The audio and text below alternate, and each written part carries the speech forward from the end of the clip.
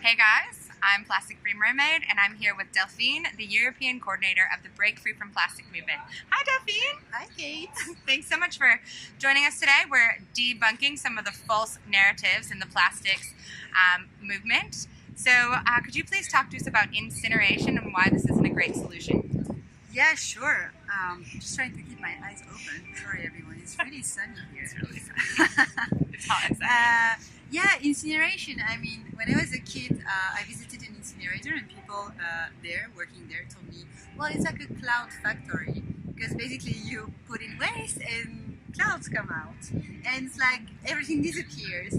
So I kind of grew up with this idea and then I started to work on incineration and realized that it was actually a lot of bullshit. Bullshit. Tell us more! Because nothing ever disappears, everything transforms. It's a basic chemistry principle. And when you put waste in an incinerator, what happens is that so part of it is going to be released in the atmosphere. So you're burning, so it's creating a lot of reactions, chemical reactions, and you're emitting pollutants basically.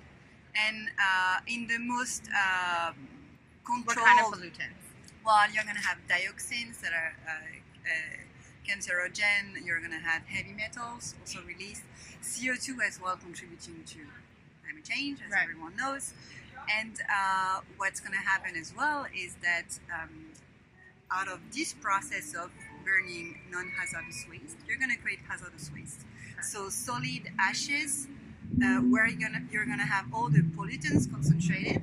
So after your incinerator, it's not finished. You need something to manage the toxic ashes, and usually it's another landfill. Okay. So countries who say that they don't landfill because they incinerate are actually lying because they actually have landfills, but they have terrible landfills with toxic ashes there. So, and is it like a way smaller amount of landfill created, and is that why countries are claiming it's a better solution? Yeah, because you concentrate things. Okay. But the issue with the air pollution is that it's so in developed countries we're going to tell you that we have standards, emission standards, and it's going to be controlled. But actually, what we're controlling is only about 20% of the actual pollutants. 20. 20, yeah. Okay. 20%. Well, that's not very much. That's not very much, and also it's about the picture that the standards were developed at a certain time with a certain picture of the pollutants that we had in the waste. But we're creating new chemicals every day and we're adding new things in our products every day, creating materials every day. So all that is not taken into consideration and the standards don't evolve as quickly as the product design evolves. So it's not really compatible. And the thing is, what we notice is the countries that are incinerating the most are actually the countries that are preventing waste and recycling waste less, because they have this very somehow cheap solution and easy solution to just make everything disappear. Just burn it. But it's not solving anything in terms of waste prevention, pollution prevention, and resources use, because you keep needing more resources and all that. And it's creating this blocking effect when you have these incineration capacities where you don't have any incentive to work on reduction and to work on improving reuse and recycling. So it's actually something that looks like a good idea for a lot of people who really want to do something about waste pollution and plastic pollution. And I understand people who want to make everything disappear because we don't want to see that. Right. But the solution is not something that is going to take 1 second. It's more like a collective effort. A huge systemic change instead of just solving this by burning the trash that's piling up, because I know that a lot of the countries here, especially in Southeast Asia, where we're here at the Our Oceans conference in Bali, a lot of countries here just feel like this issue is so urgent because it's just piling up everywhere that they just want to get rid of it. They need a solution fast, and so this is appealing to them because it's like, oh, we'll just build an incineration facility and we'll be able to handle at least all this trash that's built up. But investing in that, creating that, then it'll just give this country an excuse to just burn everything instead of coming up with regulations, on the corporations, for example, or the products that are allowed into the country, which are ending up as the actual waste. That's really the root cause of this issue. So what do you suggest is a solution instead?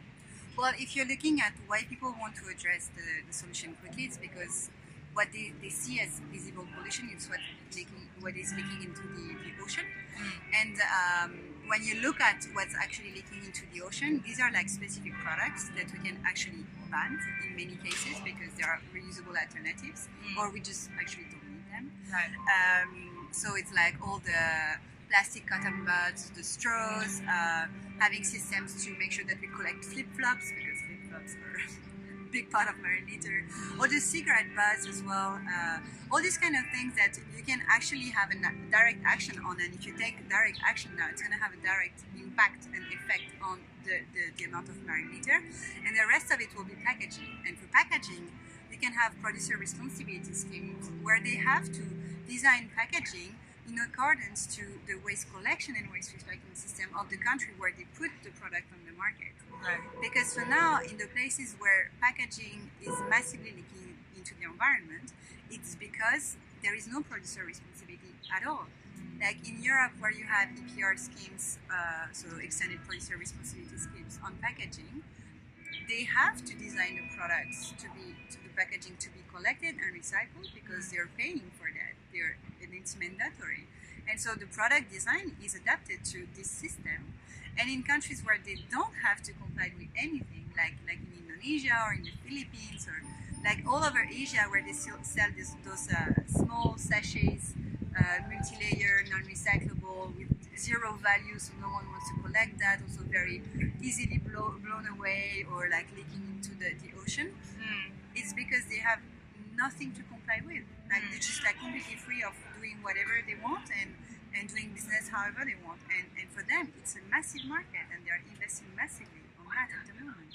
So there is like, we can really reverse the trend on the visible part of the plastic pollution in the ocean in a few years.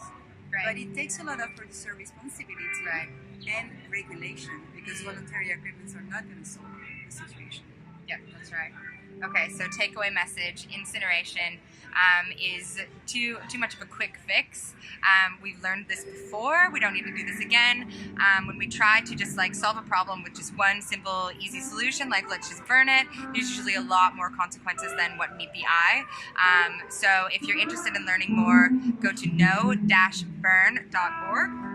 No-burn.org.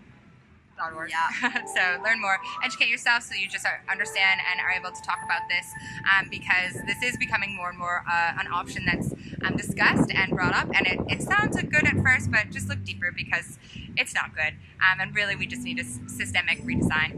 Thanks so much, Delphine. Thanks, Kate. No worries, and remember guys, break free from plastics. Yeah.